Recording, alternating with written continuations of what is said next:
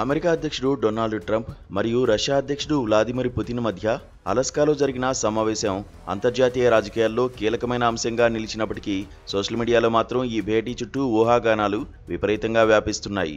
ఈ సమావేశంలో ట్రంప్తో కలిసిన వ్యక్తి నిజమైన పుతిన్ కాదని, బదులుగా ఒక బాడీ డబుల్ లేదా డూప్లికేట్ వచ్చారని నెటిజన్లు గట్టిగా వాదిస్తున్నారు. ఈ అనుమానాలు సోషల్ మీడియా వేదికలను హీటెక్కిస్తూ ట్రంప్ పుతిన్ చర్చల కంటే ఎక్కువ హైలైట్గా మారాయి. సమావేశం సందర్భంగా మీడియాతో పుతిన్ హావభావాలు సాధారణంగా కనిపించలేదని, ఆయన శరీర భాషలో అసహజమైన విభిన్నత ఉందని నెటిజన్లు పేర్కొంటున్నారు.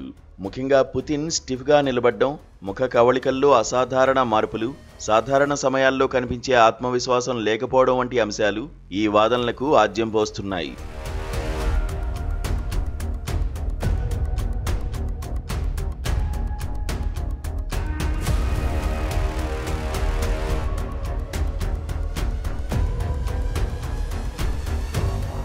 సోషల్ మీడియాలో షేర్ అవుతున్న వీడియోలు, ఫోటోలతో పాటు కొందరు నెటిజన్లు ఈ వ్యక్తి నిజమైన పుతిన్ కాదని నిర్ధారణగా పోస్టులు పెడుతున్నారు.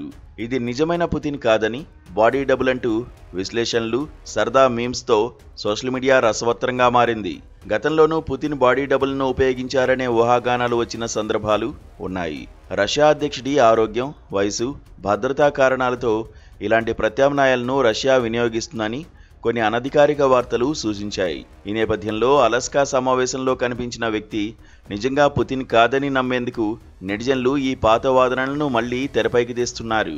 అయితే ఈ ఊహాగానాలపై రష్యా లేదా అమెరికా నుంచి అధికారికంగా ఎలాంటి స్పందన రాలేదు.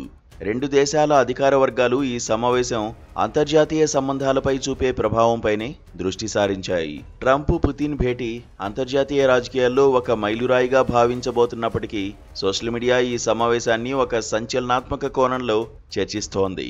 నిజమైన పుతిన్ ఎక్కడా? ఇది డూప్లికేట్నా అనే ప్రశ్నలు ఇప్పుడు సోషల్ మీడియాలో హాట్ టాపిక్గా మారాయి. ఈ చర్చలు ఎంతవరకు నిజమో, ఎంతవరకు కేవలం ఊహాగానాలో అనేది తేల్చడం కష్టమే. అయితే ఈ సమావేశం గురించి కంటే పుతిన్ బాడీ డబుల్ అనే అనుమానమే ఇప్పుడు సోషల్ మీడియాలో ట్రెండింగ్గా మారింది.